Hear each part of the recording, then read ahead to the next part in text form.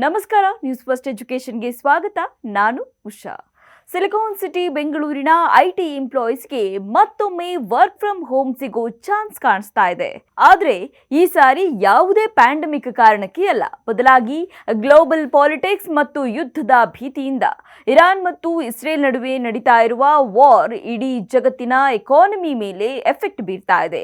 Main ಆಗಿ petrol, diesel ಮತ್ತು gas ಸಪ್ಲೈನಲ್ಲಿ ವ್ಯತ್ಯಯ ಆಗೋ ಲಕ್ಷಣ ಕಾಣಿಸ್ತಾ ಇದೆ. ನಮ್ಮ ದೇಶದ ಇಂಧನ ಅಂದ್ರೆ ಫ್ಯೂಯಲ್ ಬಹುಭಾಗ ಮಧ್ಯಪ್ರಾಚ್ಯ ರಾಷ್ಟ್ರಗಳಿಂದಲೇ ಬರಬೇಕು. ಒಂದು ವೇಳೆ ಯುದ್ಧ ಜೋರಾದ್ರೆ ಆಯಿಲ್ ಸಪ್ಲೈ ನಿಲ್ಲಬಹುದು ಅಥವಾ ಬೆಲೆಗಳು ಗಗನಕ್ಕೆ ಏರಬಹುದು.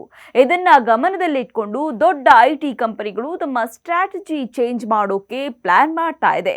ಪೆಟ್ರೋಲ್ ರೇಟ್ ಜಾಸ್ತಿ ಆದ್ರೆ ಅಥವಾ ಅಭಾವ ಸೃಷ್ಟಿಯಾದ್ರೆ ಎಂಪ್ಲಾಯೀಸ್ ಆಫೀಸ್ಗೆ ಬರೋದು ಕಷ್ಟವಾಗುತ್ತೆ. ಹೀಗಾಗಿ ಕಂಪನಿಗಳು ಮುನ್ನೆಚ್ಚರಿಕೆಯಾಗಿ ವರ್ಕ್ ಫ್ರಮ್ ಹೋಮ್ ಆಯ್ಕೆ ನೀಡೋ ಸಾಧ್ಯತೆ ಇದೆ. ಈಗಾಗಲೇ ನಮ್ಮ ನೆರೆಯ ದೇಶಗಳಾದ ಪಾಕಿಸ್ತಾನ ಮತ್ತು ಬಾಂಗ್ಲಾದೇಶದಲ್ಲಿ ಇಂಧನ ಉಳಿಸುವುದಕ್ಕೆ ಸ್ಕೂಲ್ಸ್ಗೆ ರಜೆ ಕೊಟ್ಟಿದ್ದಾರೆ ಮತ್ತು ಆಫೀಸ್ಗೆ ವರ್ಕ್ ಫ್ರಮ್ ಹೋಮ್ ಜಾರಿ ತಂದಿದ್ದಾರೆ. ಇದೇ ಹಾದಿಯನ್ನ ಬೆಂಗಳೂರು, ಹೈದರಾಬಾದ್ ಮತ್ತು ಪುಣೆಯಂತಹ ಸಿಟಿಯಲ್ಲಿರೋ ಐಟಿ ಕಂಪನಿಗಳು ಅನುಸರಿಸಬಹುದು ಅಂತ ಎಕಾನಮಿಕ್ ಎಕ್ಸ್ಪರ್ಟ್ಸ್ ಹೇಳ್ತಿದ್ದಾರೆ. 2020ರಲ್ಲಿ ಹೆಲ್ತ್ ಕಾರಣಕ್ಕೆ ಮನೆಯಲ್ಲಿದ್ವಿ, ಆದ್ರೆ ಈಗ ಫ್ಯೂಯಲ್ ಉಳಿಸುವುದಕ್ಕೆ ಮತ್ತು ಸಾರಿಗೆ ವೆಚ್ಚ ಅಂದ್ರೆ ಟ್ರಾನ್ಸ್ಪೋರ್ಟ್ ಕಾಸ್ಟ್ ಕಡಿಮೆ ಮಾಡುವುದಕ್ಕೆ ಇದು ಅನಿವಾರ್ಯವಾಗಬಹುದು.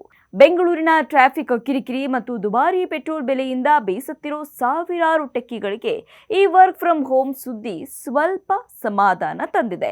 ಆಫೀಸ್ಗೆ ಹೋಗೋಕೆ ಪಡೋ ಕಷ್ಟಕ್ಕಿಂತ ಮನೆಯಲ್ಲೇ ಕೂತು ಜಾಬ್ ಮಾಡೋದು ಬೆಸ್ಟ್ ಅನ್ನೋದು ಎಂಪ್ಲಾಯೀಸ್ ಅಭಿಪ್ರಾಯ. ಫ್ಯೂಯಲ್ ಶಾರ್ಟೇಜ್ ಆದ್ರೆ ಜನರ ಲೈಫ್ ಸ್ಟೈಲ್ ಕಂಪ್ಲೀಟ್ ಆಗಿ ಚೇಂಜ್ ಆಗೋ ಚಾನ್ಸಸ್ ಇದೆ. ನಿಮ್ಮ ಲೈಫ್ ಈ ಹೊಸ ಬದಲಾವಣೆಯಿಂದ ಹೇಗೆ ಲ್ಯಾಂಡ್ ಆಗುತ್ತೆ ಅಂತ ಕಾದು ನೋಡಬೇಕಿದೆ. ಒಟ್ಟಾರೆಯಾಗಿ ಹೇಳುವುದಾದ್ರೆ ಈ ಯುದ್ಧದ ಕಾರ್ಮೋಡ ನಮ್ಮ ಐಟಿ ಹಬ್ ಮೇಲೆ ಯಾವ ರೀತಿ ಇಂಪ್ಯಾಕ್ಟ್ ಮಾಡುತ್ತೆ ಅಂತ ಕಾದು ನೋಡಬೇಕು. ಫ್ಯೂಯಲ್ ಸಪ್ಲೈ ಕಟ್ಟಾದ್ರೆ ಮನೆಯಿಂದಲೇ ಕೆಲಸ ಅನ್ನೋದು ಬರೀ ಆಪ್ಷನ್ ಆಗಿ ಉಳಿಯಲ್ಲ, ಅದು ಅನಿವಾರ್ಯವಾಗುತ್ತೆ. ಇಂಥದ್ದೇ ಲೇಟೆಸ್ಟ್ ಟೆಕ್ ಮತ್ತು ಜಾಬ್ ಅಪ್ಡೇಟ್ಸ್ಗಾಗಿ ನ್ಯೂಸ್ ಫಸ್ಟ್ ಎಜುಕೇಷನ್ ಸಬ್ಸ್ಕ್ರೈಬ್ ಮಾಡಿ ಮತ್ತು ಈ ಇನ್ಫಾರ್ಮೇಶನ್ ನಿಮ್ಮ ಫ್ರೆಂಡ್ಸ್ ಜೊತೆ ಶೇರ್ ಮಾಡಿ.